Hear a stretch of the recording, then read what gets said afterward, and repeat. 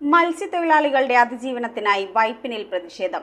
നിയമാനുസൃതമായി വലിയ ബോട്ടുകൾ കടൽ തീരം കൊള്ളയടിക്കുന്നു എന്നാരോപിച്ചാണ് സംയുക്ത മത്സ്യത്തൊഴിലാളി സംഘടന പ്രതിഷേധം സംഘടിപ്പിച്ചത്. കേരള സർക്കാർ നിരോധിച്ച ഈ വലകൾ പിടിച്ചുകെട്ടാൻ സർക്കാർ തന്നെ മുൻകൈയെടുക്കണമെന്നാണ് പ്രതിഷേധക്കാരുടെ ആവശ്യം.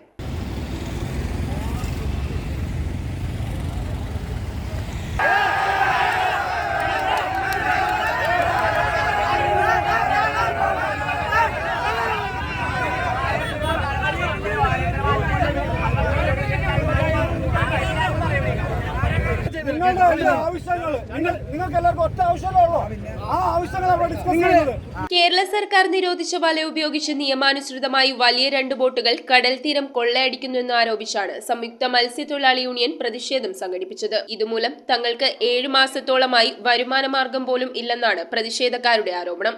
ഇവിടുത്തെ മത്സ്യത്തൊഴിലാളികൾക്ക് പണിയുണ്ടായിട്ട് 7 മാസമായി. മത്സ്യത്തൊഴിലാളി കംപ്ലീറ്റ് പട്ടിണിയിലാണ്. ഇത് മുഴുവനും വലിച്ചിട്ടും പോകുന്നത് ഇവിടുത്തെ കുത്തക മുതലാളിമാരുടെ ബോട്ടുകളാണ് വലിച്ചിട്ടും പോകുന്നത്. അതിനെ സർക്കാരിന് പിടിക്കാൻ കഴിയില്ല. അതിനെ മത്സ്യത്തൊഴിലാളികൾ നേരിട്ട് പിടിച്ചിട്ടും വന്നിട്ടുണ്ട്.